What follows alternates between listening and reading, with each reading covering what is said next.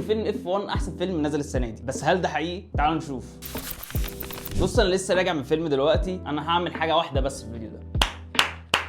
فيلم مش جامد بس فيلم فشيخ، وده لسبب واحد رئيسي بالنسبه لي، ان انا ماليش في الافلام دي، الافلام اللي هي بتاعت السباقات والمباريات والحاجات دي، يعني اخري في الحاجات دي فيلم حلم العمر. فالفيلم اللي ما بقاش انا من جمهوره او ما بحبش النوعيه دي ويكيفني ويعجبني، فانا لازم احترمه جدا واديله تقدير واسقف له، لان هو خلاني مهتم. دي لوحدها حوار. يعني احنا ممكن نختلف في حاجات كتيره في الفيلم، بس هنتفق على حاجه واحده، ان الفيلم ده لازم يتشاف في السينما. مش عارف اتخيل الفيلم ده لو كنت اتفرجت عليه في البيت كان هيبقى تجربته عامله ازاي. مش عارف بصراحه، ممكن طبيعي جدا هو فيلم جامد فهيبقى فيلم جامد، بس 90% من عظمته بالنسبه لي هي التجربه ذات نفسها، ان انا حسيت بسباق العربيات مع الموسيقى مع الاغاني اللي شغلوا كام اغنيه تحفه. ده غير طبعا الاداء التمثيلي بتاع كل الابطال، من اول براد بيت لغايه الناس اللي كانوا بيظهروا، يعني بصراحه كله ابدع. يعني واحد زي دايموند ايدرس مثلا، الدور ده انا شايفه اللي هو خلاص نقله في تاريخه، كل الكاست كان عظيم، بس طبعا كل دول كوم وهافير باردم كوم. المشهد اللي بيظهر فيه انا معرفش، انا ببقى مبسوط. يا ريت يا جماعه